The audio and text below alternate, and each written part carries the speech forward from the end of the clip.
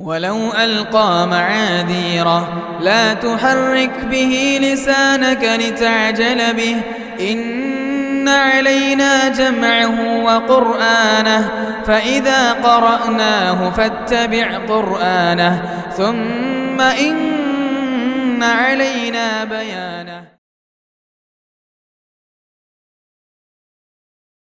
اعوذ باللہ السمیع العلیم من الشیطان الرجیم من ہمزہ ونفخہ ونفثہ بسم اللہ الرحمن الرحیم اذ قال یوسف لأبیہ یا ابت انی رأیت 11 کوکبا والشمس والقمر رأیتهم لی ساجدین قال یا بنی لا تقصص رؤیاک علی اخوتک فیکیدوا لک کیدا ان الشیطان للانسان عدو مبین۔ سب سے پہلے ہر طرح کی حمد و ثنا اللہ رب العزت کے لیے لائق اور زیبا ہے، جس کے فضل و احسان سے قرآن فہمی کی اس مجلس میں ہم جمع ہوئے ہیں۔ اللہ رب العالمین ہم سب کو قرآن کا قاری، قرآن حفظ کرنے والا، قرآن کو سمجھنے والا، اس کی آیتوں میں غور فکر کرنے والا اور اس پر عمل کرنے والا، اس کے ذریعے سے اپنے ایمان میں اضافہ اور اپنی کردار میں اصلاح کرنے والا بنائے۔ سورہ یوسف کی تفسیر کا سلسلہ چل رہا ہے۔ کل کچھ بنیادی باتیں سورہ یوسف کی تفسیر کے حوالے سے آپ لوگوں کے سامنے رکھی گئی تھی۔ آج انشاءاللہ تعالی حضرت یوسف علیہ السلام کا جو واقعہ کا بیان شروع ہوا ہے، وہاں سے ہم اپنی تفسیر کا آغاز کریں گے۔ اللہ تعالیٰ نے فرمایا وَإِذْ قَالَ يُوسُفُ لِأَبِيهِ، اور جب کہا یوسف نے اپنے باپ سے۔ اذ کا مطلب ہے جب۔ عربی میں عام طور پہ یہ از کا لفظ جو ہے وہ اس وقت استعمال ہوتا ہے، اس کے معنی اصل میں عربی میں ہوتے ہیں یاد کیجئے، ریممبر۔ جیسے انگلش میں کوئی آپ کو واقعہ سنانا ہوتا ہے تو آپ کیا کہتے ہیں؟ Once upon a time. ہاں، تو ایسے ہی جب عربی میں کوئی واقعہ سنانا ہوتا ہے تو کہاں سے شروع ہوتا ہے؟ وَإِذْ سے۔ ہاں، قرآن مجید میں کئی واقعات ایسے ہیں جو آپ کو وَإِذْ سے شروع ہوتے ہیں۔ ہاں، تو وَإِذْ قَالَ يُوسُفُ لِأَبِيهِ، جب یوسف نے کہا اپنے باپ سے۔ یوسف علیہ السلام اللہ تعالیٰ کے نبی ہیں اور افضل، یعنی اللہ رب العالمین کے کریم لوگوں میں سے، نوبل لوگوں میں سے۔ ایک آدمی نے آ کر کے اللہ کے نبی صلی اللہ علیہ وسلم سے پوچھا کہ سب سے نوبل کون ہے، کریم کون ہے اللہ کی نظر میں؟ یعنی وہ یہ جاننا چاہتا تھا کہ عرب میں الگ الگ قبیلے کے لوگ ہیں، تو کون سا قبیلہ اللہ کی نظر میں بہت نوبل ہے؟ تو اللہ کے نبی نے فرمایا اللہ کے یہاں کریم تو وہ ہے جو متقی ہو۔ تو اس نے کہا نہیں میں یہ نہیں پوچھنا چاہ رہا ہوں، مطلب وہ اللہ کے نبی سے اگلوانا چاہ رہا تھا کہ قبائل میں سب سے افضل قبیلہ کون سا ہے، یا لوگوں میں سب سے مطلب افضل کس قبیلے کے لوگ ہیں۔ تو اس نے کہا نہیں میں یہ نہیں پوچھنا چاہ رہا، میں نسب کے اعتبار سے پوچھنا چاہ رہا ہوں کہ کریم کون ہے۔ اور وہ سمجھ رہا تھا کہ اللہ کے نبی کسی قبیلے کا نام لیں گے عرب کے قبیلوں میں سے۔ تو اللہ کے نبی نے فرمایا سب سے کریم یوسف ہے، خود بھی نبی ہیں، نبی ابن نبی ابن نبی ابن نبی۔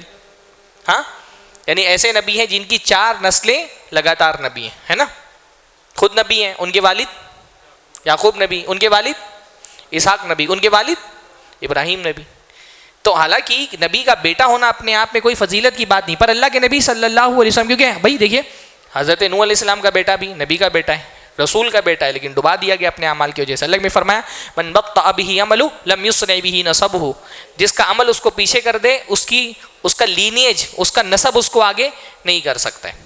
لیکن بہرحال یہ ایک خصوصیت حضرت یوسف علیہ السلام کو حاصل ہے۔ اللہ کے نبی صلی اللہ علیہ وسلم اس تصور کو توڑنا چاہ رہے تھے کہ محض کسی قبیلے کا فرد ہونے کی وجہ سے اللہ تعالیٰ کے یہاں کوئی کریم نہیں ہو جاتا ہے۔ تو فرمایا دیکھو یوسف خود نبی، ان کے والد بھی نبی، ان کے دادا بھی نبی، ان کے پردادا بھی نبی۔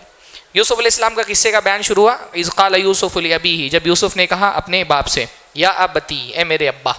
یا ابتی کا جو فیض ہے یہ صرف میرے ابا کے معنی میں نہیں ہے، اے میرے پیارے ابا۔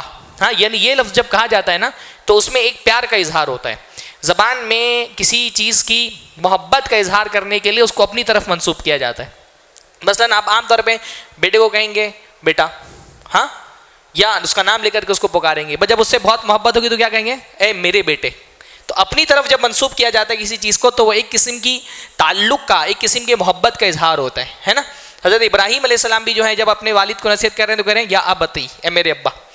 اور اسی طرح سے اللہ حضرت لقمان کو دیکھیے، وہ اپنے بیٹے کو نصیحت کر رہے ہیں تو کہہ رہے ہیں یا بنیا، اے میرے بچے۔ تو اللہ تعالیٰ خود جب اپنے بندوں سے بہت محبت سے خطاب کرتا ہے تو اللہ کیا فرماتا ہے؟ یا عبادی، اے میرے بندو۔ ہاں، اے میرے بندو، جن لوگوں نے اپنی نفس پہ ظلم کیا ہے اللہ کی رحمت سے مایوس مت ہونا۔ تو یا ابتی گرچہ لٹرلی ترجمہ اگر آپ کریں گے تو ترجمہ تو یہی ہوگا اے میرے ابا، لیکن اس میں ایک محبت کا احساس ہے، ایک احترام کا احساس ہے کہ اے میرے والد محترم، ہاں اے میرے پیارے ابا یا ابتی، اس سے پتہ چلتا ہے کہ والد کو محبت اور احترام کے ساتھ ان سے بات کرنا چاہیے، گفتگو کرنی چاہیے، اپنی باتیں ان کے ساتھ شیئر کرنا چاہیے. ہاں بہت ساری جگہوں پر دونوں طرح کا ایکسٹریم ہوتا ہے. یعنی بعض جگہوں پر تو یہ ہوتا ہے کہ بھائی انسان اپنے دل کی کوئی بات اپنے باپ سے بولتا ہی نہیں ہے. ہمارے معاشرے میں محبت کے نام پر باپ اور بیٹے کے درمیان تکلفات کی اتنی دیوار کھڑی کر دی گئی ہے کہ بیٹا تھوڑا سا بڑا ہو جاتا ہے نا تو باپ اور بیٹے کے درمیان ایک دیوار کھڑی کر دی جاتی ہے احترام کی.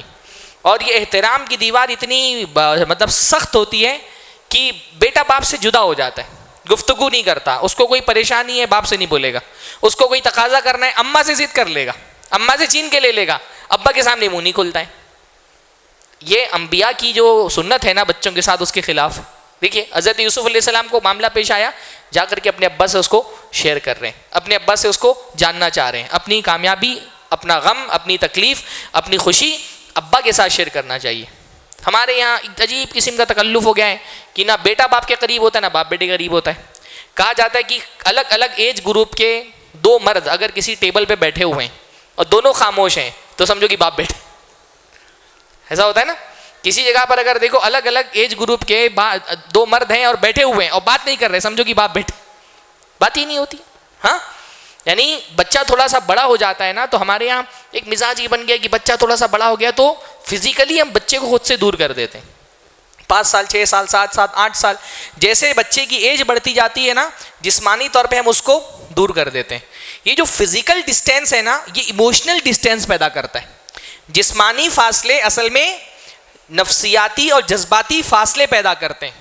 بچہ جب ہم سے فزیکلی دور ہو جاتا ہے نا، ہم اس کو گلے نہیں لگا رہے، ہم اس کو بوسہ نہیں لے رہے، اب اس کو قریب نہیں کر رہے، یہ فزیکلی جو ایک ڈسٹینس بنتا ہے نا، اس سے کیا ہوتا ہے، ایموشنلی بھی جو اٹیچمنٹ ایک باپ کا بچے سے اور ایک بچے کا باپ سے ہونا چاہیے وہ اٹیچمنٹ بھی ختم ہو جاتا ہے. اور یہ اٹیچمنٹ ہونا بچے کی نفسیاتی تربیت کے لیے بلکہ اس کی ذہنی جسمانی تربیت کے لیے بھی بہت ضروری ہے کہ بچہ آپ سے اٹیچ ہو.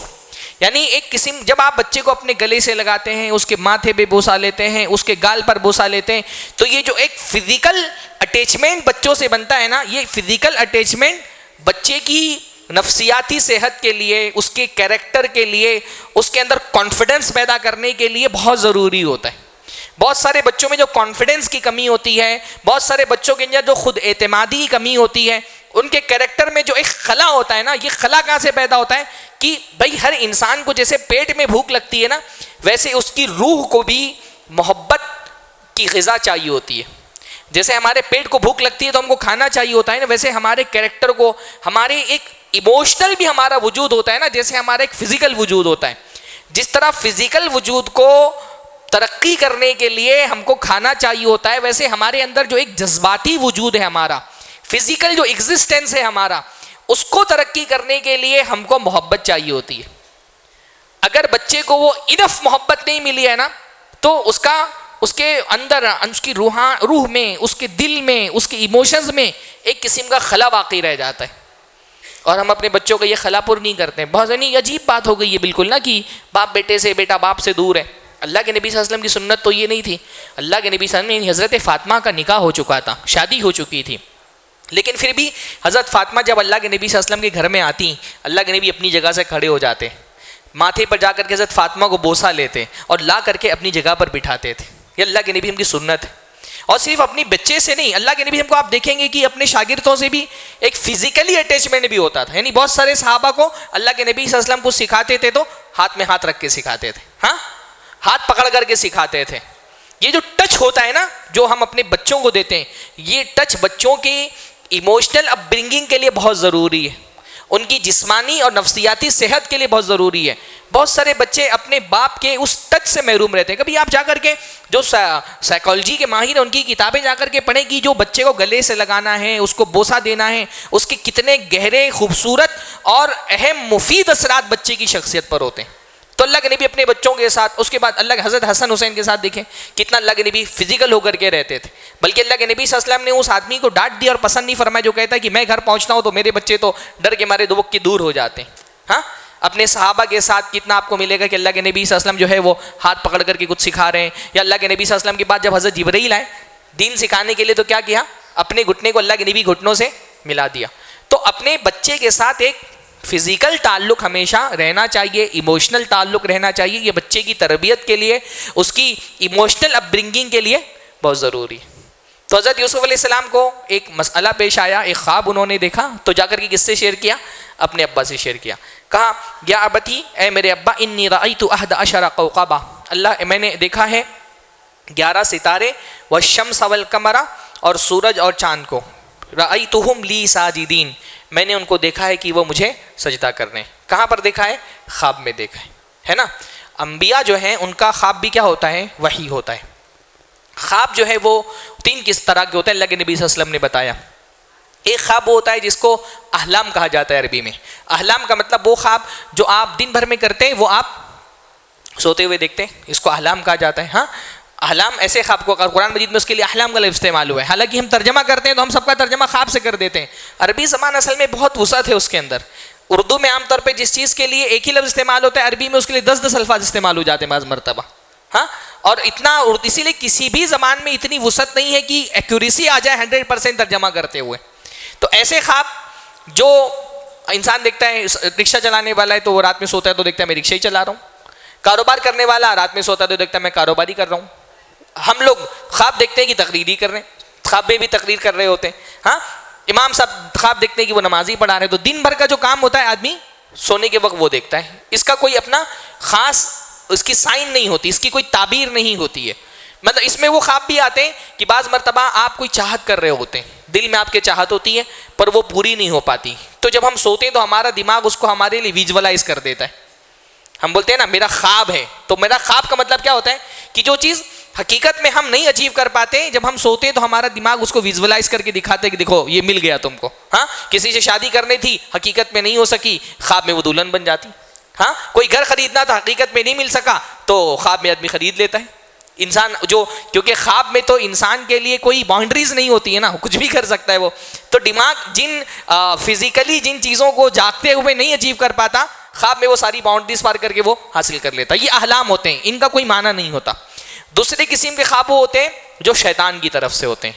حدیث میں آتا ہے, اچھا ان خوابوں کو جو احلام ہوتے ہیں ان کی عام سائن نہیں ہوتی, یعنی ہر خواب تو نہیں, لیکن عام طور پہ یہ ایسے خواب ہوتے ہیں نا کہ جیسے انسان جاگتا ہے وہ انسان کے دماغ سے محو ہو جاتے ہیں. یعنی آپ بہت گہرا خواب دیکھ رہے ہوتے ہیں لیکن جیسے آپ جاگے آپ بھول جاتے ہیں کہ آپ کیا خواب دیکھ رہے تھے, نئی زندگی آپ کی شروع ہو جاتی ہے. عام طور پہ ایسا ان خوابوں کے ساتھ ایسا ہی ہوتا ہے. دوسرے قسم کے خواب ہوتے ہیں جو شیطان کی طرف سے ہوتے ہیں. حدیث میں آتا ہے کہ شیطان کچھ ایسی چیزیں بندے کو دکھاتا ہے جس سے بندہ ڈر جائے. ہاں, تو یہ خواب شیطان کی طرف سے ہوتے ہیں, اور ان خوابوں کی علامت یہ ہوتی ہے کہ عام طور پہ آپ گھبرا جاتے ہیں. جب آپ سو کر کے اٹھتے ہیں تو آپ ڈرے ہوئے ہوتے ہیں. تو یہ جو خواب ہوتا ہے یہ شیطان کی طرف سے ہوتا ہے. ایسا کوئی خواب دیکھ لے تو بندہ کیا کرے؟ اللہ رب العالمین کی پناہ طلب کرے. شیطان ایسے خواب دکھاتا ہے, اس لیے بہت ڈرنا نہیں چاہیے ایسے کوئی خواب آ جائے, بس اللہ تعالیٰ کی راہ پناہ مانگنی چاہیے. تیسرے قسم کے خواب ہوتے ہیں جس کو مبشرات کہا گیا ہے. ہاں, اللہ نے فرمایا یبقى من النبوۃ الا المبشرات, کہ نبوت تو پوری ختم ہو گئی, اب اللہ رب العالمین کے, اللہ کے نبی صلی اللہ علیہ وسلم کے بعد دنیا میں کسی کو نبی نہیں بنایا جائے گا, لیکن مبشرات باقی ہیں. مبشرات یعنی بعض بندوں کو اللہ رب العالمین خواب کے ذریعے سے بات بشارتیں دیتا ہے. یہ خواب کس کی طرف سے ہوتا ہے؟ اللہ تعالیٰ کی طرف سے ہوتا ہے. ہاں, اور یہ حقیقی سچا خواب یہ باقی ہے. وہ نبوت ختم ہو گئی لیکن سچے خواب باقی ہیں. بلکہ بعض حدیثوں میں قیامت کے قریب ایک سائن یہ بھی ہوگی کہ ایمان والوں کو سچے خواب دکھائی دیں گے. اور خود اللہ کے نبی صلی اللہ علیہ وسلم کو اللہ رب العالمین, بلکہ تمام انبیاء کو اللہ رب العالمین خواب کے ذریعے سے بھی اپنا پیغام پہنچاتا تھا. نبیوں کو جو خواب آتے تھے وہ 2 طرح کے ہوتے تھے. کچھ خواب تو وہ ہوتے تھے جو مطلب سمبولک نہیں ہوتے تھے, اس کے ایکچوئل میننگ مراد ہوتی تھی. جیسے ابراہیم علیہ السلام نے دیکھا وہ اپنے بچے کو ذبح کر رہے ہیں, تو کوئی سمبولک میننگ اس کا نہیں تھا, صاف صاف یہ تھا کہ بچے کو ذبح کرنا ہے, انہوں نے سمجھ لیا اور پھر بچے کو ذبح کرنے کی کوشش کی. اللہ کے نبی صلی اللہ علیہ وسلم نے خواب دیکھا کہ میں کعبہ کا طواف کر رہا ہوں, تو اللہ کے نبی صلی اللہ علیہ وسلم وہ گئے اور اللہ کے نبی صلی اللہ علیہ وسلم نے صحابہ کو جمع کیا اور عمرہ کے لیے نکلے جب صلح حدیبیہ کا موقع پیش آیا. کچھ خواب انبیاء کو وہ آتے ہیں جن کی سمبولک میننگز ہوتی ہیں. ہاں, وہ ایک قسم کا اشارہ ہوتے ہیں کسی چیز کی طرف, کلیئر کٹ چیز نہیں دکھائی جاتی ہے, اشارہ دیا جاتا ہے ایک چیز کی طرف. اللہ کے نبی اس طرح کا بھی خواب دیکھیں. جیسے اللہ کے نبی صلی اللہ علیہ وسلم نے دیکھا کہ لوگوں کو دیکھا کہ لوگ کپڑا پہنے ہوئے ہیں, کسی کا کپڑا سینے تک ہے, کسی کا کمر تک ہے. حضرت عمر نے بھی کپڑا پہنا ہوا ہے اور ان کا کپڑا بہت لمبا ہے, گھسٹ رہا ہے. تو اللہ کے نبی صلی اللہ علیہ وسلم نے خواب دیکھا تو حضرت عمر نے پوچھا اللہ کے نبی یہاں کپڑے سے کیا مراد ہے؟ یعنی کپڑے سے کپڑا مراد نہیں تھا وہاں پر. تو اللہ نے اس کی تعبیر کی دین سے, کہ حضرت عمر کا دین ہے کہ کسی کا دین اتنا ہے, کسی کا دین اتنا ہے, اور عمر کا دین اتنا ہے کہ وہ گھسٹ رہا ہے. اسی طرح غالباً دودھ اللہ کے نبی صلی اللہ علیہ وسلم نے دیکھا تو اس کی تعبیر کی اللہ کے نبی نے علم سے. تو کچھ خواب ایسے ہوتے ہیں جن کے سمبولک میننگز ہوتے ہیں, وہ کسی چیز کی طرف اشارہ کر رہے ہوتے ہیں.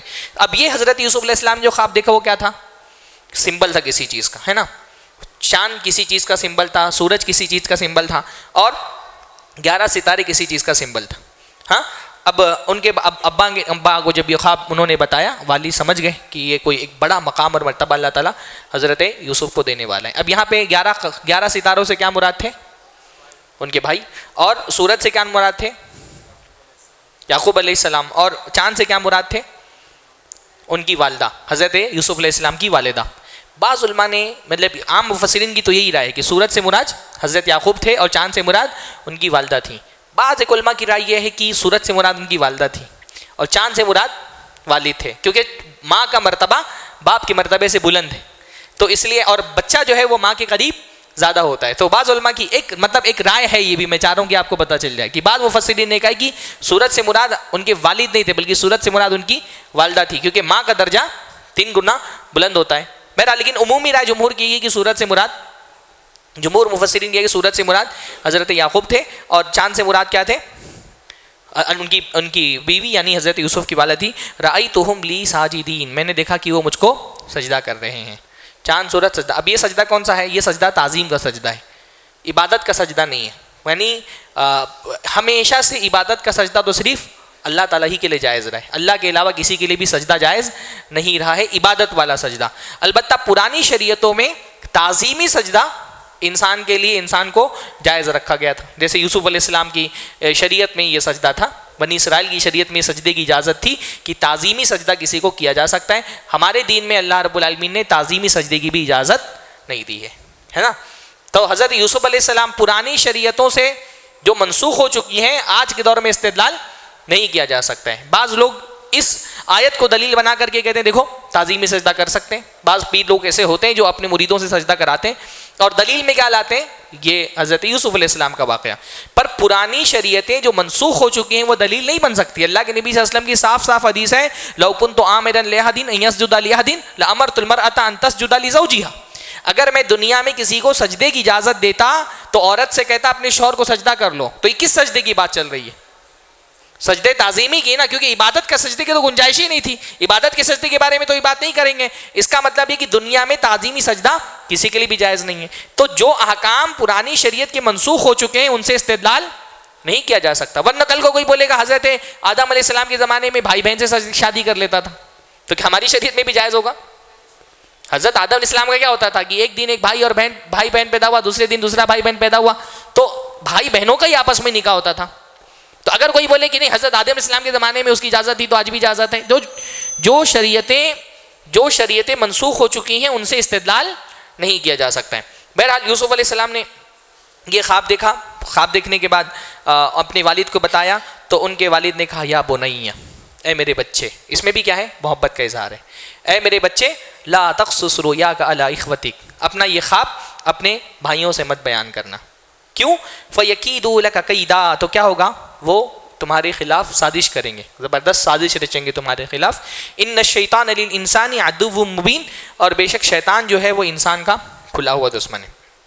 یعنی ایک تو حضرت یوسف علیہ السلام کو, یعنی حضرت یوسف علیہ السلام کے 11 بھائی تھے, اور مفسرین نے یہ بات لکھی ہے بعض اسرائیلی روایتوں کو بنیاد بنا کر کے کہ 2 بھائی جو ہیں حضرت یوسف اور ان کے ایک چھوٹے بھائی اور تھے بنیامین, ہاں یہ دونوں ایک ماں سے تھے, اور باقی جو 10 بھائی تھے جو ان سے بڑے تھے وہ کسی دوسری ماں سے یا 2 ماؤں سے یا کسی, مطلب ان کی ماں سے نہیں تھے.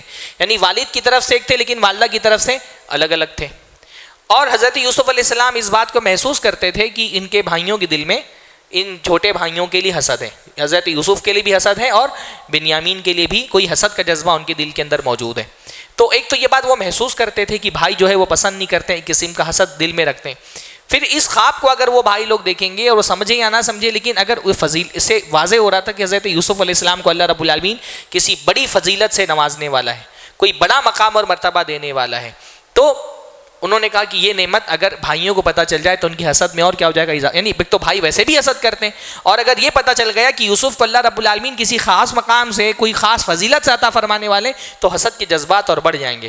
تو کہا اپنے بھائیوں سے اپنا یہ خواب بیان مت کرنا، لا تقصص رؤیا کا اللہ اخوتی کا، اپنے بھائیوں سے یہ خواب بیان نہیں کرنا۔ پتہ کیا چلا، نعمتیں ہر کسی سے بیان نہیں کی جاتی ہیں، ہے نا؟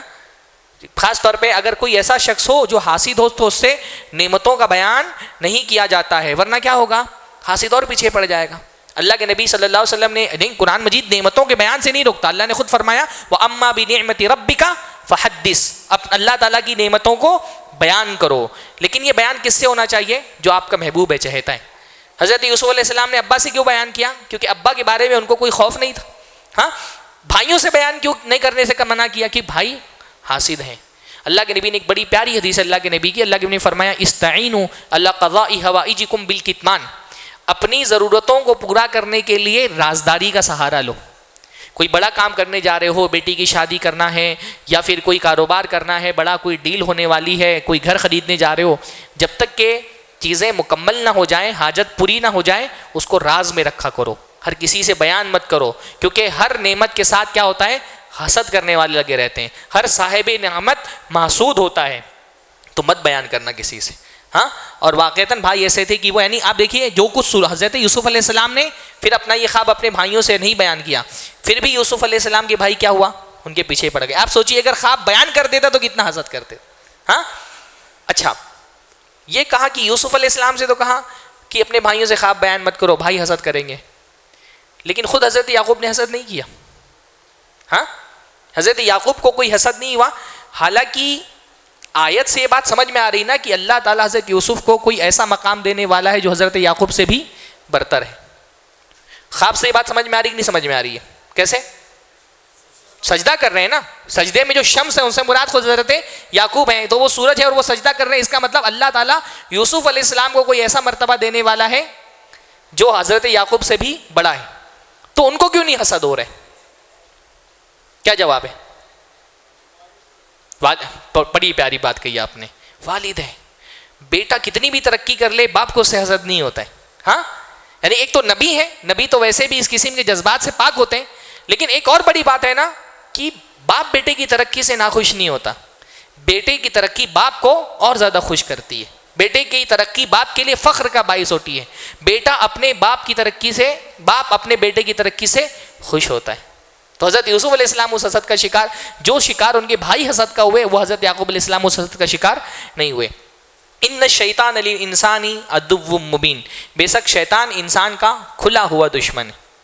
یعنی بات یہ بتا رہے ہیں کہ یہ جو غلطی ہے جو تمہارے بھائیوں سے ہوگی، اور جو میں پریکاشنز لے رہا ہوں، ایک حفاظتی تدبیر کے طور پہ بول رہا ہوں کہ اپنے بھائیوں سے یہ بیان مت کرو، کیوں؟ کیونکہ بھائی شیطان ہر کسی کے ساتھ لگا ہے، ممکن ہے کہ تمہارے بھائیوں کے ساتھ بھی شیطان لگا ہو اور وہ ان کو حسد میں مبتلا کر دے۔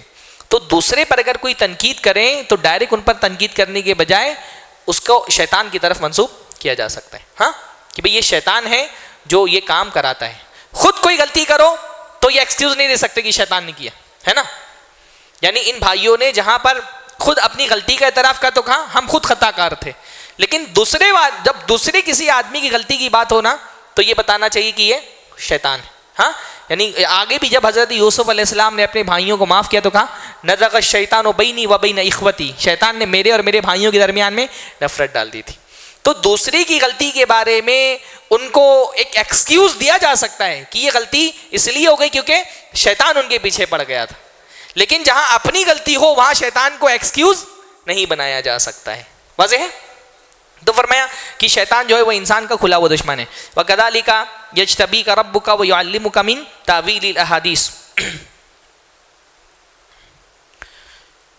وَكَذَلِكَ يَجْتَبِيكَ رَبُّكَ، ایسے ہی تمہارا رب نے تم کو چن لیا۔ اللہ تعالیٰ نے حضرت یوسف کو 12 بھائیوں میں چنا۔ چننے کا ایک مطلب تو یہ بھائی کہ اللہ رب العالمین نے ان کو نبی بنا دیا۔ چننا اس اعتبار سے بھی کہ جو فضیلت یا حضرت یوسف علیہ السلام کو ملی وہ یعنی ایک تو نبوت کی فضیلت مل گئی، دوسرا اللہ رب العالمین نے بادشاہ بنا دیا ان کو، مصر میں ان کی تعلیم و تربیت ہوئی، پرورش کا اللہ تعالیٰ نے انتظام کر دیا، پھر ان کو ایک اپر ہینڈ دیا اپنے بھائیوں پر، بھائی ان کے پاس جھک کر کے آئے، پھر ان کو سجدہ کیا۔ اللہ نے جو فضیلت اسی طرح اللہ تعالیٰ نے فرمایا وَيُعَلِّمُكَ مِن تَأْوِيلِ الْأَحَادِيثِ، اور اللہ تعالیٰ نے تم کو خوابوں کی تعبیر کا علم دیا، وَيُتِمَّ نِعْمَتَهُ عَلَيْكَ، اور اللہ تعالیٰ نے اپنی نعمت تم پر تمام کر دی۔ یعنی اللہ تعالیٰ کی نعمت تمام کرنے کا مطلب دنیا میں اللہ نے نبوت سے سرفراز فرمایا، اللہ تعالیٰ نے بادشاہ سے سرفراز فرمایا۔ یعنی حضرت یوسف علیہ السلام ایسے نبی ہیں جو نبی ہونے کے ساتھ ساتھ بادشاہ بھی ہیں۔ نبوت اور بادشاہت اللہ تعالیٰ نے دونوں ان کی شخصیت میں جمع کر دی۔ بعض مرتبہ ایک نبی ہوتا ہے بادشاہ نہیں ہوتا ہے، بعض مرتبہ بادشاہ ہوتا ہے وہ نبی نہیں ہوتا ہے۔ بنی اسرائیل میں ایسے بہت سارے نبی آئے جو بادشاہ نہیں تھے، بہت سارے بادشاہ ہوئے جو نبی نہیں تھے، پر اللہ تعالیٰ نے نبوت اور بادشاہت دونوں حضرت یوسف علیہ السلام کی شخصیت میں جمع کر دی۔ وعلی آل یعقوب، اور اللہ تعالیٰ نے آل یعقوب پر بھی اپنی نعمت کی، کما اتمھا علی ابویک، جسے تم سے پہلے تمہارے دونوں باپ پر اللہ تعالیٰ نے اپنی نعمت کی۔ دونوں باپ یعنی یعقوب اور یوسف، یعنی حضرت یعقوب اور حضرت اسحاق۔ ہاں، تو اس سے یہ پتہ چلا کہ دادا کو بھی باپ کہا جا سکتا ہے۔ ابراہیم نہیں، حضرت یعقوب سے کہا جا رہا ہے کہ تمہارے دونوں باپ یعنی ابراہیم و اسحاق، ابراہیم اور اسحاق، ان ربک علیم حکیم، بے شک تمہارا رب علیم و حکیم ہے۔ لقد کان فی یوسف و اخوتہ آیات للسائلین، بلا شبہ یوسف اور ان کے بھائیوں میں سوال کرنے والوں کے لیے بہت ساری نشانیاں ہیں۔ سوال کرنے والے یعنی اللہ تعالیٰ نے ایک تو بات فرمایا، سوال یعنی قرآن مجید میں عام طور پہ آیات کا لفظ جب آتا ہے تو آیات کا لفظ استعمال ہوتا ہے نشانی کے معنی میں، کہ نشانیاں ہیں، لیکن سائلین میرے خیال سے سورہ یوسف کے علاوہ اور کہیں نہیں آئے کہ سوال کرنے والوں کی نشانیاں ہیں۔ عام طور پہ کہا جاتا ہے آیات لقوم یتفکرون، غور کرنے والوں کے لیے نشانی ہے، عقل رکھنے والوں کے لیے نشانی ہے، پر یہاں اللہ کیا فرما رہا ہے؟ سوال کرنے والوں کے لیے نشانی ہے۔ یعنی غور فکر کرنا تو ایک اعلیٰ درجے کا کام ہوتا ہے نا، وہ ہر کسی کو نہیں کرنا آتا ہے، پر سوال کرنا ایک ادنا درجے کا کام ہوتا ہے۔ غور فکر کرنے والے اعلیٰ پائے کے لوگ ہوتے ہیں، ہر کسی کے اندر تدبر اور غور و فکر کی صلاحیت نہیں ہوتی، پر سوال کرنا تو ایک عام انسان کا بھی کام ہوتا ہے۔ تو یعنی یہ نشانیاں اتنی واضح ہیں کہ ہر سوال کرنے والا جو تلاش کرے گا اس کو حضرت یوسف علیہ السلام کی قصے میں نشانیاں مل جائیں گی۔ اور نشانیوں سے کیا مراد ہے؟ تین چیزیں۔ پہلا تو یہ کہ حضرت یوسف علیہ السلام کے قصے میں اس بات کی نشانی ہے کہ اللہ رب العالمین کیسے اپنے بندوں کی مدد کرتا ہے، اور کیسے مصیبتیں کتنی بھی آئیں متقی کے حق میں بہرحال اس کا انجام بہتر ہوتا ہے۔ قرآن میں ایک لفظ آتا ہے نا والعاقبۃ للمتقین، کہ انجام کار متقیوں ہی کے لیے، جو متقی ہوگا اللہ رب العالمین اس کا انجام ہمیشہ اچھا ہی کرے گا۔ راستے میں پریشانی آئیں گی لیکن منزل پہ اس کو کامیابی مل جائے گی۔ اللہ تعالیٰ ہمیشہ یہی کرتا رہا۔ حضرت ابراہیم علیہ السلام پریشانیاں بہت آئیں لیکن آخری منزل ان کی کامیابی کی تھی۔ یوسف علیہ السلام کی زندگی میں مصیبتیں بہت آئیں، اللہ تعالیٰ نے یہ کہیں نہیں کہا ایمان لے آؤ مصیبت نہیں آئے گی۔ حضرت یوسف علیہ السلام چنندہ لوگوں میں سے ہیں، پر مصیبت زندگی میں اتنی بڑی بڑی مصیبتیں آئیں۔ مصیبتیں آئیں گی لیکن انجام کار ہمیشہ کیا ہوگا؟ اچھا ہی ہوگا، رزلٹ ہمیشہ کامیابی کا نکلے گا، گرچہ امتحانات کی پریشانیاں جھیلنا پڑے راستے میں۔ تو ایک تو سب سے بڑی نشانی حضرت یوسف کے قصے میں یہ ہے کہ اللہ تعالیٰ اپنے بندوں کا ساتھ نہیں چھوڑتا، اللہ رب العالمین بندوں کو کامیابی کی منزل تک پہنچا کر کے رکھتا ہے، گرچہ راستے میں دشواریاں آ جائیں۔ دوسری نشانی تو اللہ کے نبی صلی اللہ علیہ وسلم کی نبوت کی نشانی، یعنی جو میں نے کل بتایا کہ حضرت یوسف علیہ السلام کا واقعہ اتنی ایکیوریسی کے ساتھ بیان کر دینا اس بات کی علامت ہے کہ محمد صلی اللہ علیہ وسلم اللہ کے رسول ہیں، کیونکہ اللہ تعالیٰ کی وحی کے علاوہ تو اور کوئی سورس نہیں تھا جہاں سے اللہ کے نبی صلی اللہ علیہ وسلم کو حضرت یوسف علیہ السلام کے اس واقعے کی تفصیلات پتہ چلتی۔ تیسرا، اس میں جو نصیحتیں ہیں، ایک ایمان رکھنے والے بندے کے اندر جو نصیحتیں یہ اچھا، ایک بڑا خوبصورت سا پوائنٹ مس کر گیا میں۔ اللہ تعالیٰ نے یعنی یہ تربیت کے حوالے سے ایک بہت خوبصورت پوائنٹ ہے۔ حضرت یعقوب علیہ السلام نے بیٹے سے کیا کہا؟ اپنا خواب اپنے بھائیوں سے بیان مت کرو ورنہ وہ کیا ہو جائیں گے؟ تمہارے خلاف سازش کرنے لگیں گے۔ اس میں تربیت کا ایک بہت پیارا پہلو ہے۔ بھائی باپ تھے نا، صرف بول دیتے خواب مت بیان کرنا، اگر وجہ نہیں دیتے، جو اس کا ریزن ہے وہ ایکسپلین نہیں کرتے، تو بھی تو باپ کی اطاعت کرنی چاہیے نا۔ پر تربیت یہ ہے کہ بچہ جب شعور کی عمر کو پہنچ جائے تو صرف ڈکٹیٹر بن کر کے اس کو حکم نہیں دیا جائے، بلکہ اپنے حکم پر اس کو کنونس کیا جائے۔ نہیں سمجھ رہے؟ بھائی باپ تھے، بول دیتے بیٹا یہ خواب تم کو اپنے بھائیوں سے بیان نہیں کرنا ہے۔ جیسے ہمارے یہاں باپ لوگوں کا ایٹیٹیوڈ ہوتا ہے، باپ صرف حکم دیتا ہے ایسا کرو ایسا کرو ایسا کرو، یہ مت کرو یہ مت کرو یہ مت کرو۔ بچہ خاص عمر کو پہنچ جاتا ہے تو بھی باپ سمجھتا ہے بس میں نے بول دیا تم کو کرنا ہے۔ باپ یہ نہیں سمجھتا ہے کہ بچہ اب ایک عمر کو پہنچ گیا ہے، اس کو انسٹرکشنز کے ساتھ ساتھ کنونس کرنا بھی ضروری ہے۔ آپ کوئی حکم دے رہے ہیں، اس حکم کے پیچھے کی حکمت بھی بتائیے، دلیل بھی دے دیے اس کو۔ اللہ حضرت یوسف علیہ السلام صرف حکم نہیں دے رہے، حکم کے ساتھ دلیل بھی دے رہے ہیں. اچھا باپ وہ ہوتا ہے جو ڈکٹیٹر بن کر کے صرف بیٹے کو بس حکمرانی نہیں کرتا بیٹے کے اوپر کہ بس اس کو کہ ایسا کرو ایسا کرو ایسا کرو. اچھا باپ وہ ہوتا ہے کہ بچہ اگر شعور کی ایک عمر کو پہنچ گیا ہے, سمجھدار ہو گیا ہے, تو اس کو حکم دینے کے ساتھ ساتھ کنونس بھی کرتا ہے. جس چیز کو کرنے کا حکم دیتا ہے اس کے فائدے بتاتا ہے, جس چیز سے رکنے کا حکم دیتا ہے اس کے نقصانات سے بھی واضح کرتا ہے. کہا بھائیوں سے خواب بیان مت کرنا, تو ساتھ میں بھی بتا دیا کہ خواب بیان کرنے کا نقصان کیا ہو سکتا ہے, کہ تمہارے بھائی تمہارے خلاف سازش کرنے لگیں گے. تو تربیت کا یہ بہت اہم پہلو ہے جو ہم کو ملتا ہے. ہم بعض مرتبہ بچے کو کہتے ہیں نماز پڑھو, نہیں پڑھے گا مارتے ہیں. پھر کبھی بھی ایسے ہم کوشش نہیں کرتے کہ اس کو مینٹلی تربیت کر کے نماز کے فوائد بتائے جائیں, ہاں اس کے دنیا اور آخرت میں کیا فوائد ہیں. بچے کو ہم ہمیشہ ڈکٹیٹر بن کر کے کنٹرول کرنے کی کوشش کرتے ہیں. اچھی تربیت, کنٹرولنگ کا نام اچھی تربیت نہیں ہے, کنونسنگ کا نام اچھی تربیت ہے. بچے کو کنٹرول کرنے کے بجائے ایک عمر میں پہنچنے کے بعد اس کو کنونس کرنے کی کوشش کیجیے. اور یہ ہم کو حضرت یعقوب علیہ السلام کی شخصیت سے یہ سبق ہم کو ملتا ہے. تو ایسے بہت سارے اسباق ہیں. یہ بھی کیا ایک طرح کی نشانی ہے. میں نے کہا نا کہ قرآن مجید کے قصوں کا فائدہ صرف یہ نہیں ہے کہ تاریخ میں جو چیز ہوئی تھی وہ ہم کو پتہ چل گئی, خود ہمارے اپنے کردار میں اصلاح کے بہت سارے پہلو ہم کو ان قصوں سے مل جاتے ہیں. تو فرمایا کہ اپنے بھائیوں یوسف علیہ السلام کے قصے میں سوال کرنے والوں کے لیے, قرآن مجید سوال کرنے کو اپریشیٹ کرتا ہے, اسے پتہ چلا نا. فرمایا سوال کرنے والوں کے لیے بہت ساری نشانیاں, اس کا مطلب سوال کرنا چاہیے. یعنی ہمارا دین جو ہے وہ سوال کرنے کو اپریشیٹ کرتا ہے. کیسے سوال؟ معقول قسم کے سوال, بلا وجہ کے سوال نہیں. اس لیے ہم کہتے ہیں نا کہ ہمارا جو منہج ہے وہ کیا ہے؟ سوال کرو. اہل حدیثیت کا امتیاز کیا ہے؟ ہم لوگوں کو سوال کرنا سکھاتے ہیں. کہ کوئی بھی آدمی بڑی پگڑی والا, جبے قبے والا کچھ بھی بول دے, اللہ کے رسول کے نام پر مان مت لو, دلیل پوچھو. ہاں اللہ کے فرمایا انما شفاء العی السؤال. جہالت کا علاج کیا ہے؟ جہالت ایک بیماری ہے, اور جہالت کی بیماری کا علاج کیا ہے؟ سوال کرنا. تو سوال کرنے کو قرآن مجید اپریشیٹ کرتا ہے.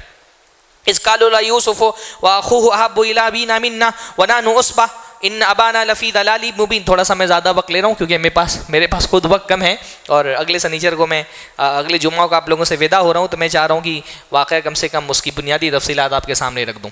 تو اذ قال یوسف واخوہ احب الی ابینا منا, جب ان کے بھائیوں نے, یوسف علیہ السلام کے بھائیوں نے کہا کہ یوسف اور یوسف کا بھائی ہمارے باپ کے نزدیک ہم سے زیادہ محبوب ہیں. ہمارے ابا یوسف سے اور اس کے بھائی سے بہت محبت کرتے ہیں. یوسف اور یوسف کے بھائی کون ہیں؟ بنیامین. ہاں کہا جاتا ہے بنیامین اس وقت بہت چھوٹے تھے, گود میں تھے. ہاں اور یوسف علیہ السلام تقریباً 7-8 سال کی عمر کے تھے. ہاں تو یہ دونوں بہت محبوب تھے. بنیامین, بینجامین بولتے ہیں نا ہم لوگ انگلش میں. عام طور پہ یا کا جو پروناؤنسیشن ہے وہ عبرانی میں جا سے جا کے بدل جاتا ہے نا. ہاں جیسے یعقوب کو جیکب بولتے ہیں وہ لوگ, ہاں یہ حضرت عیسیٰ کو جیسس بولتے ہیں. تو بینجامین جو کہتا ہے وہ بنیامین ہی کا ایک انگلش ورژن ہے. تو کہا کہ اس کا بھائی اور یوسف ہمارے باپ کے نزدیک زیادہ محبوب ہیں. حسد ہو گیا ان کو, حسد ہو گیا ان سے کہ اذ قالوا لیوسف, انہوں نے کہا بلا شبہ یوسف اور اس کا بھائی ہمارے ابا کے نزدیک زیادہ چہتے ہیں. حضرت یعقوب علیہ السلام کی محبت پر اعتراض کیا. اچھا ایک بات دیکھیے, یہ نہیں کہا کہ فزیکلی کچھ سامان یا کوئی ہدیہ یا کوئی دینے والی چیز ہمارے ابا یوسف اور اس کے بھائی کو دیتے ہم کو نہیں دیتے. ہاں تقسیم کے اعتبار سے کوئی اعتراض نہیں کیا کہ ہمارے ابا یوسف اور اس کے بھائی کو زیادہ نوازتے اور ہم کو نہیں نوازتے, کیونکہ بھائی ہدایہ وغیرہ کی تقسیم میں, عطیات میں تو انصاف ہونا چاہیے, اور نبی ظلم تو نہیں کر سکتا. تو لین دین کے معاملے میں ان کو کوئی اعتراض نہیں تھا کہ یوسف کو اور اس کے بھائی کو کچھ اتنا زیادہ دیا جاتا ہے جو ہم کو نہیں مل رہا, کیونکہ لین دین کے معاملے میں تو اللہ رب العالمین نے ایک دم کلیئر کٹ شریعت میں معاملہ رکھا کہ اولاد کے درمیان انصاف کرو. اعدلوا بین اولادکم, اولاد کے درمیان عدل کرو. بہت مشہور حدیث میں نے آپ کو بتائی ہے کہ ایک صحابی آئے اور انہوں نے کہا اللہ کے نبی میں اپنے بیٹے کو گھوڑا دینا چاہتا ہوں. تو اللہ کے نبی نے پوچھا سارے بیٹوں کو دیا ہے؟ کہا نہیں. تو اللہ کے نبی نے فرمایا پھر میں ظلم پر گواہ نہیں بنوں گا. تو یہ اعتراض نہیں تھا ان کو کہ ہمارے ابا ظلم کر رہے ہیں اور یوسف اور اس کے بھائیوں کو کچھ ایسی چیزوں سے نواز رہے ہیں جو ہم کو نہیں دے رہے, کیونکہ ظاہر سی بات ہے یہ تو اعتراض شریعت کے خلاف ہو جاتا. محبت تو ایک جذبہ ہے, اور محبت کا جذبہ جو ہے وہ ظاہر سی بات ہے وہ تو بندے کے کنٹرول میں نہیں ہوتا.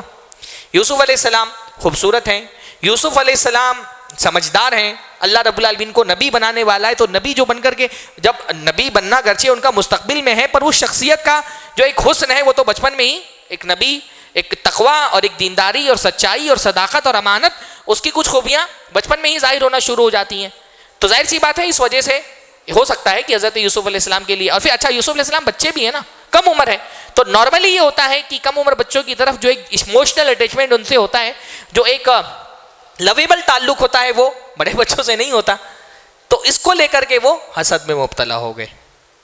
اچھا، باپ کی محبت حاصل کرنا کوئی ایسی بری چیز بھی نہیں ہے، اچھی چیز ہے کہ انسان یہ چاہت کرے کہ اس کا باپ اس سے محبت کرے، پر اچھی چیز کی وجہ سے بھی اگر بندہ حسد کرے تو یہ حسد انسان کو گناہوں تک لے کے جاتا ہے۔ ہاں، کہا اقتلوا یوسف، یوسف کو قتل کر دو۔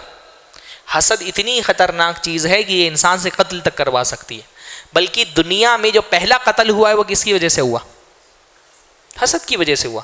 علماء نے کہا ہے کہ آسمان پہ اللہ کی پہلی نافرمانی حسد کی وجہ سے ہوئی، اور زمین پر بھی پہلا گناہ حسد کی وجہ سے ہوا۔ آسمان پر پہلی نافرمانی یعنی جو ابلیس نے حضرت آدم کو سجدہ کرنے سے انکار کر دیا، کیوں؟ حضرت آدم سے اس کو جیلسی ہو گئی، حسد ہو گیا۔ اور دنیا میں پہلا گناہ حسد کی وجہ سے ہوا، کیوں؟ قابل نے حابیل کو قتل کر دیا حسد کی وجہ سے۔ یعنی حسد اتنی خطرناک بیماری ہے، اس لیے اللہ کے بھی فرمایا دب الیکم داء الامم، تم سے پہلے کے جو قومیں تھیں ان کی جو بیماری تھی وہ تم بھی آ کے تم کو پکڑ لی ہے، اور وہ کیا ہے؟ الحسد والبغضاء، حسد اور نفرت کرنا، اپنے مسلمان بھائی سے ہی نفرت کرنے لگنا، اپنی قوم کے لوگوں سے نفرت کرنے لگنا۔ کہا یہ اتنی خطرناک بیماری ہے، یہ چھل کر کے رکھ دیتی ہے، ٹکلا کر دیتی ہے۔ کس چیز کو چھل دیتی ہے؟ اللہ نے فرمایا میں یہ نہیں کہہ رہا بال چھل دیتی ہے، یہ دین کو چھل دیتی ہے۔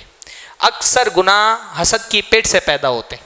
ہاں، اور دیکھیے کتنا بڑا، اپنے ہی بھائی سے حسد شروع کیا، اور حسد یعنی ایک جائز چیز کے لیے حسد جب اتنا خطرناک ہے تو ناجائز چیز کے لیے حسد کتنا خطرناک ہوگا۔ ہاں، یعنی باپ کی محبت حاصل کرنا ایک جائز چیز ہے، مستحسن چیز ہے، اس کے ہی حسد اتنا خطرناک ہے تو پھر ایک ناجائز چیز کے لیے حسد کتنا خطرناک ہوگا۔ تو فرمایا ہم دو حالانکہ طاقتور ہیں، عصبہ ہیں، جوان ہیں، یعنی سارا کام ہم کرتے ہیں، گھر ہم سنبھال رہے ہیں، پیسے ہم کما کر کے لا رہے ہیں، ساری محنت ہم کر رہے ہیں، اور ابا یوسف سے محبت کرتے ہیں۔ تو کہا ان ابانا لفی ضلال مبین، بے شک ہمارا باپ کھلی گمراہی میں ہے۔ یہاں گمراہی سے مراد اس معاملے میں غلطی کر رہے ہیں، اوور آل دین کی گمراہی نہیں مراد ہے، کیونکہ اگر دین کے معاملے میں اپنے ابا کو گمراہ قرار دیتے تو کیا ہوتا؟ اسلام سے خارج ہو جاتے، کافر ہو جاتے۔ دین کے معاملے میں نبی پر گمراہی کا الزام لگانے سے بندہ اسلام سے خارج ہوئے گا، اس معاملے میں ان کا رویہ درست نہیں۔ بہرحال اقتلوا یوسف، انہوں نے کہا یوسف کو قتل کر دو، او اطرحوہ ارضا یخل لکم وجہ ابیکم، یا اس کو کہیں پر ایسی جگہ پر پھینک دو کہ وہ تمہارے یخل لکم وجہ ابیکم، کہ تمہارا باپ کا جو چہرہ ہے وہ تمہارے لیے خالی ہو جائے۔ باپ جب یوسف علیہ السلام نظروں کے سامنے نہیں رہیں گے تو کہا جاتا ہے نا out of sight out of mind, کہ جب یوسف کو ہم نکال دیں گے، کہیں قتل کر دیں گے یا کہیں پھینک کے آ جائیں گے، پھر بھول جائیں گے میرے ابا کہ یوسف بھی کوئی تھا، پھر ہم اکیلے اپنے باپ کے چہیتے بن کر کے رہیں گے اور ہمارے ابا ہم سے محبت کریں گے۔ تو انہوں نے یہ پلان کیا کہ یوسف کو اپنے باپ سے دور کر دو، پر کیا حضرت یوسف کو دور کر دینے سے ان کو باپ کی محبت مل گئی؟ نہیں ملی، ہے نا۔ دل کی محبت اگر سچی ہو تو جسم کے فاصلے اس محبت پہ اثر انداز نہیں ہوتے۔ جن کی محبت سچی ہوتی ہے نا، وہ کتنا ہی دور کیوں نہ رہے، محبت اس پر اثر انداز، جسمانی فاصلے پر اثر انداز نہیں ہوتی۔ ان کو لگا باپ کو اگر یوسف سے جدا کر دیں گے تو باپ یوسف کو بھول جائے گا، لیکن حضرت یعقوب علیہ السلام جب یوسف علیہ السلام سے جدا ہوئے، یوسف کی محبت اور زیادہ گہری ہو گئی۔ ہاں، اتنی زیادہ گہری ہو گئی کہ خود آگے انہوں نے کہا کہ اللہ کی قسم آپ تو بس یوسف کو ہی یاد کرتے رہتے ہیں۔ سالوں گزر چکے، یوسف جوان ہو گئے، اور بھائیوں نے سوچا یوسف چلے جائیں گے تو ابا یوسف کو بھول جائیں گے، پر یوسف کی جدائی نے تو ان کا غم اتنا گہرا کر دیا کہ آنکھوں سے آنسو بہہ بہہ کر کے بینائی چلی گئی۔ ہمیشہ یوسف کا ذکر کرتے رہے، ہاں، اور بھولے نہیں یوسف علیہ السلام کو۔ تو دل کی محبت سچی ہوتی ہے تو آنکھوں کے سامنے اپنا محبوب نہ بھی ہو تو بھی یہ جسمانی فاصلے سچی محبت پر اثر انداز نہیں ہوتے۔ اچھا، ان کو لگا کہ ان کی سازش سے یہ باپ کی محبت حاصل کر لیں گے، اور قتل کرنے تک کی سازش کر لی۔ حضرت یوسف علیہ السلام کو لے جا کر کے کنویں میں ڈال دیا، پر کیا اس سے باپ کی محبت ان کو مل گئی؟ نہیں ملی، بلکہ ایک قسم سے باپ اور زیادہ ان سے دور ہو گیا۔ پتہ کیا چلا؟